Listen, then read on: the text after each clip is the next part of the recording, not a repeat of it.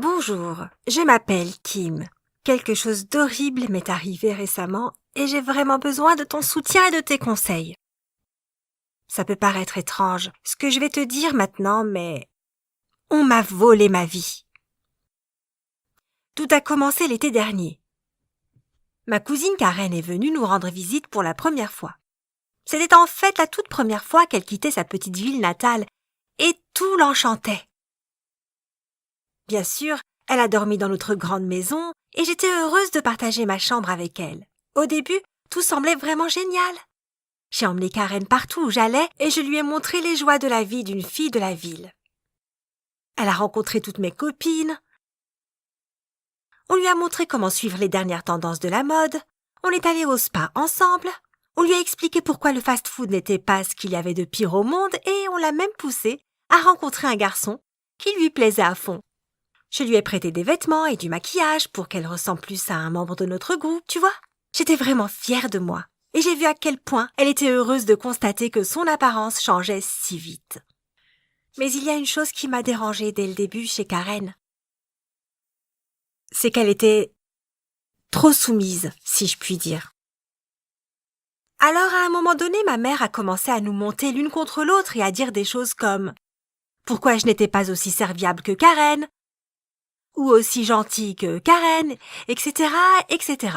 Ce genre de choses, tu vois, ça arrivait tellement souvent que la gentillesse de Karen était devenue insupportable pour moi. Bref, l'été s'est terminé très vite et Karen est rentrée chez elle les larmes aux yeux car elle ne voulait vraiment pas me quitter, comme elle le répétait. Je pleurais aussi et j'avais promis qu'elle me manquerait, même si j'avais hâte d'enfin avoir ma chambre pour moi. On s'est même envoyé des emails jusqu'à la fin de l'été. Karen m'a envoyé une photo d'elle juste après une nouvelle coupe de cheveux. Elle me ressemblait beaucoup maintenant. Et c'était un peu bizarre, mais joli. Pratiquement rien ne semblait suspect. Mais quand l'année scolaire a été sur le point de commencer et que je suis rentrée d'une soirée cinéma avec mes amis, ma mère m'a dit qu'il y avait une surprise pour moi à l'étage. C'était Karen. J'étais vraiment contente de la voir, mais je me demandais ce qu'elle faisait ici alors qu'elle devait se préparer pour sa dernière année d'école. Elle m'a dit qu'il y avait une autre surprise et qu'elle allait étudier dans mon école et dans ma classe pour qu'on puisse obtenir notre diplôme ensemble. En fait, elle aimait tellement la vie en ville et la vie avec moi qu'elle avait pratiquement supplié ses parents à genoux de la laisser revenir ici. J'étais vraiment heureuse pour elle, car je ne voyais pas comment elle pouvait survivre dans sa petite ville perdue. Mais dès le premier jour d'école, Karen a essayé de me suivre partout où j'allais, et elle agissait presque exactement comme moi. À la fin du premier trimestre, j'avais commencé à remarquer qu'elle copiait mes manières, ma démarche, mon sens de l'humour et tout le reste.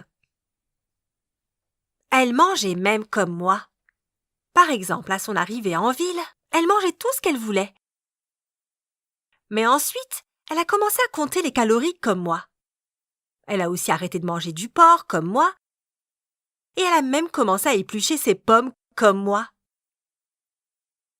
À ce moment-là, Karen, cette fille autrefois si timide et polie, avait complètement disparu.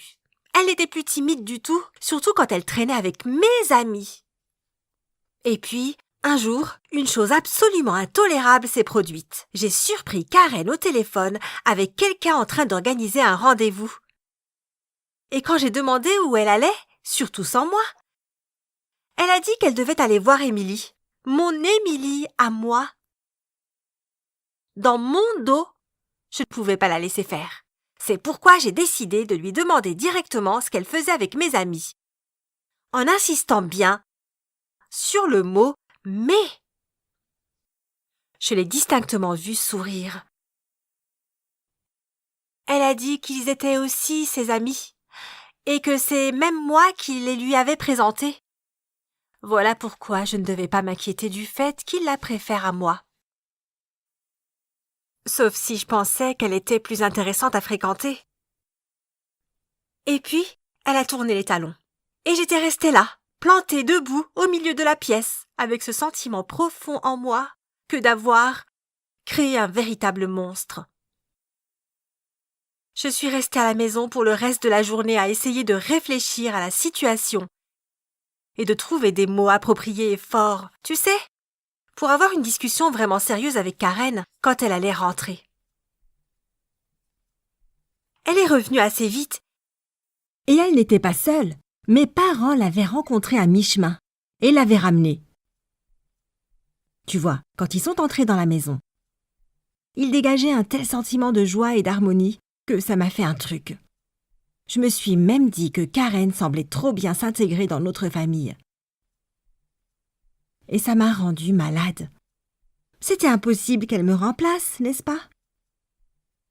On ne s'est retrouvés seuls que tard le soir, et c'est moi qui ai commencé la conversation. Elle était silencieuse, mais je pouvais quand même sentir sa tension et son irritation. Quand j'ai fini mon discours, Karen m'a montré son téléphone portable. Il y avait eu une discussion de groupe avec elle et tous mes amis, mais je n'y avais pas participé. Elle m'a dit qu'elle n'avait jamais voulu me remplacer et qu'elle était reconnaissante pour tout ce que j'avais fait pour elle. Mais comme mes amis avaient l'air d'avoir plus envie de la voir, elle, que moi, c'était sûrement parce que, au fond, je ne les intéressais pas vraiment. Ça me semblait absurde et offensant. Je n'avais jamais vécu ce genre de cruauté auparavant. Et je n'aurais jamais pensé qu'une personne avec qui je partageais ma chambre volerait ainsi ma vie. On a eu une grosse dispute et ça allait si mal que même ma mère a frappé à la porte en demandant ce qui se passait. On n'a rien dit toutes les deux et on s'est couchés en silence. Depuis cette conversation, j'ai à peine parlé à Karen. Je ne voulais pas déranger mes amis en les invitant à sortir avec moi, alors je les ai un peu ignorés. Et même si elle m'envoyait continuellement des SMS, j'avais toujours l'impression qu'il le faisait par politesse. Je me suis tellement apitoyée sur mon sort dans toute cette histoire que j'en ai presque oublié mon anniversaire le dimanche suivant. Je veux dire, je n'avais plus personne avec qui célébrer cette journée, n'est-ce pas? Alors je ne voyais pas bien où il y avait matière à se réjouir. Quand je me suis réveillée ce dimanche matin, j'avais l'impression que la journée était déjà gâchée parce que mon horrible frère criait en bas que mon gâteau d'anniversaire était plus joli que le sien, ou quelque chose du genre. Je savais que la famille était sur le point d'entrer dans ma chambre pour me souhaiter mon anniversaire. C'était une sorte de tradition. Alors j'étais couchée dans mon lit en attendant qu'ils apparaissent. Mais quand ils sont entrés, dans ma chambre, j'ai été si surprise que j'en ai même crié. Tout le monde était là avec le gâteau, pas seulement ma famille et Karen, mais aussi toutes les filles de mon groupe d'amis. Je ne m'y attendais pas du tout. Tout le monde a rigolé et a commencé à me serrer dans ses bras un par un. Et une fois que toute cette agitation s'est calmée, Karen s'est approchée de moi. Elle a dit qu'elle était vraiment désolée pour son comportement, mais que notre dispute faisait partie de son plan pour me faire cette surprise. Je lui avais fait découvrir la vie, c'était une découverte pour elle et c'était entièrement grâce à moi. Et elle avait enfin trouvé un moyen de me remercier. J'étais en état de choc. C'était un bon choc, je crois, mais quand même un choc. Bien sûr, j'avais accepté ses excuses pour sa façon maladroite de me faire plaisir, et je n'étais plus en colère contre elle. Cependant, aujourd'hui, après un certain temps, je continue de penser que son comportement était un peu bizarre et, au fond, j'espère bien que nous irons dans des universités différentes. Si tu as déjà eu des proches désagréables ou étranges, n'hésite pas à nous en parler dans les commentaires sous cette vidéo. Et n'oublie pas de cliquer sur s'abonner, car il y aura beaucoup d'autres vidéos intéressantes ici.